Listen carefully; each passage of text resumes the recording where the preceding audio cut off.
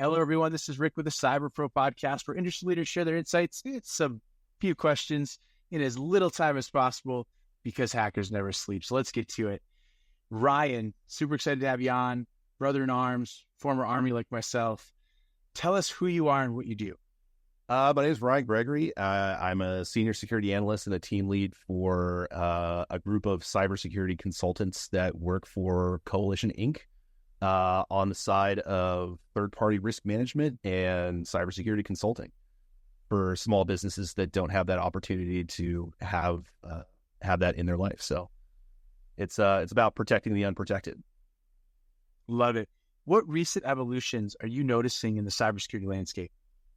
I mean, I think what's really coming to mind from my perspective is again, risk management, like proper risk management. One thing that I'm starting to see emerge definitely is like the rise of managed detection and response. Talking about,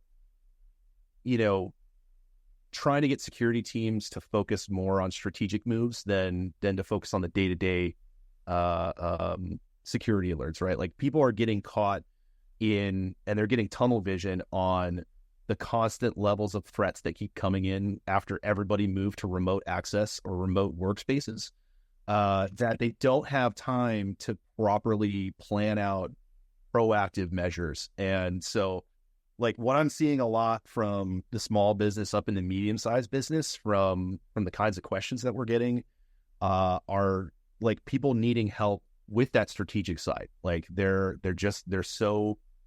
so overwhelmed with everything that's going on a regular day-to-day basis from what users are inflicting upon us and what threat actor groups are doing, that they're really needing help planning out what their next moves are and like what their strategy is going to be for the next year, right? And so there's arguments around like how risk management should be done, or how to associate specific risks, or where you can get threat information from.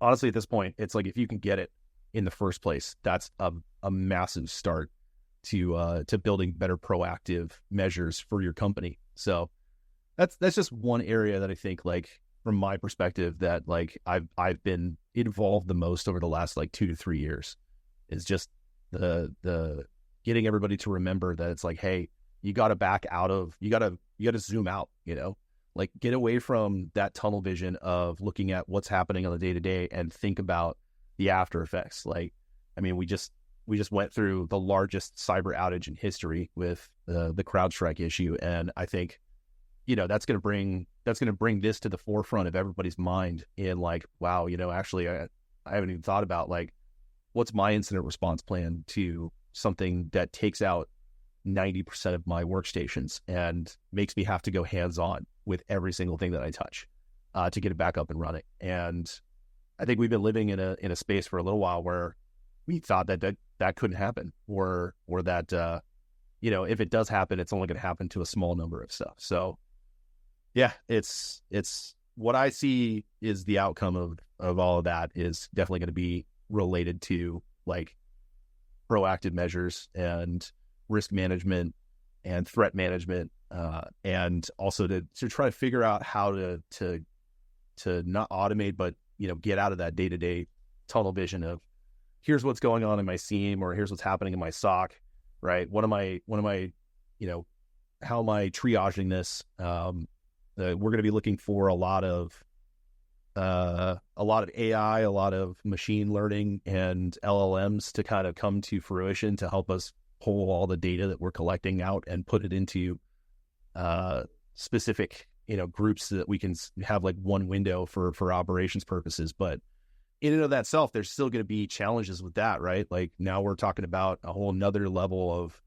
cybersecurity, which is AI cybersecurity, right? Like how are you protecting your LLMs? How are you protecting everything else once you start integrating those things into your security products?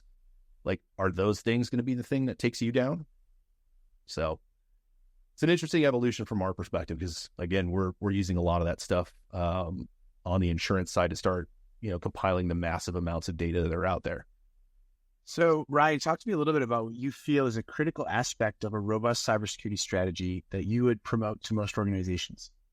Actually, I was just having this conversation with the marketing team today, and I came up with an analogy. I thought about football, right? Like, you take a look at the best teams when they go to the Super Bowl, and everybody says the same thing. It's like you can't just have a great offense, right? You have to have an exceptional defense as well. But the two teams have to work in conjunction with each other to meet the teams of the goal, or the goals of the team to get to the Super Bowl. If you don't have a scoring defense, right, and you don't have that mesh between the two, you're not going to do it. And that's something that I think about as being like, are we in a state where some people are being like, hey, well, you know what, I've got great defense, right? That's all I can afford, right? I'm going to go with this EDR, XDR solution, but then I'm going to ignore the offensive side of it, of like threat intel and my attack surface monitoring and so on and so forth. So I feel like some people are not getting that sense of like balance between the two to make sure that they're meeting the needs of the company from the security perspective. All right. So this is our chance for you to have some fun. Final question for you. What's your favorite piece of retro technology that makes you smile? Oh, when I was growing up, we had a TRS-80, the logically known as the Trash 80, right?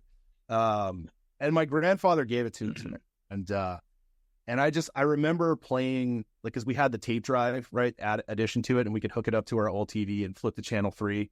And that was like our first video game system ever. Like, I mean, NES and other stuff was out, but my mom was super hardcore, one of those people who was like, if it's not educational, you can't have it. But my grandfather had played around with the TRS-80, and he gave us that as our first like family computer. And I just remember playing the knockoff TRS-80 games that was like, there was a version of Mario Brothers, but it was like Caveman or something like that, and the colors were different. But those were some of the best times. Like, and every time I see somebody do something retro with it, or like I'll go to a garage sale or something like that, and you'll see one in the wild still, and I'm like, the TRS-80, the Trash 80, man. That is my retro piece of technology that I'm always like, that and the Apple II, you know what I mean? Just growing up as a millennial, like Oregon Trail, right? Like, so I'm definitely an Oregon Trail kid. So I'm surprised they haven't brought Oregon Trail back. Like, it's in a card game now. They actually do have a card game. I was part of a group of friends that did play like board games. We'd get together for like board games once a week, and someone actually pulled that out as like they turned it into like a legitimate card board game, and it's pretty fun. You got to look it up. Nice. I will, for sure. Well, Ryan, thank you so much for being on the CyberPro podcast.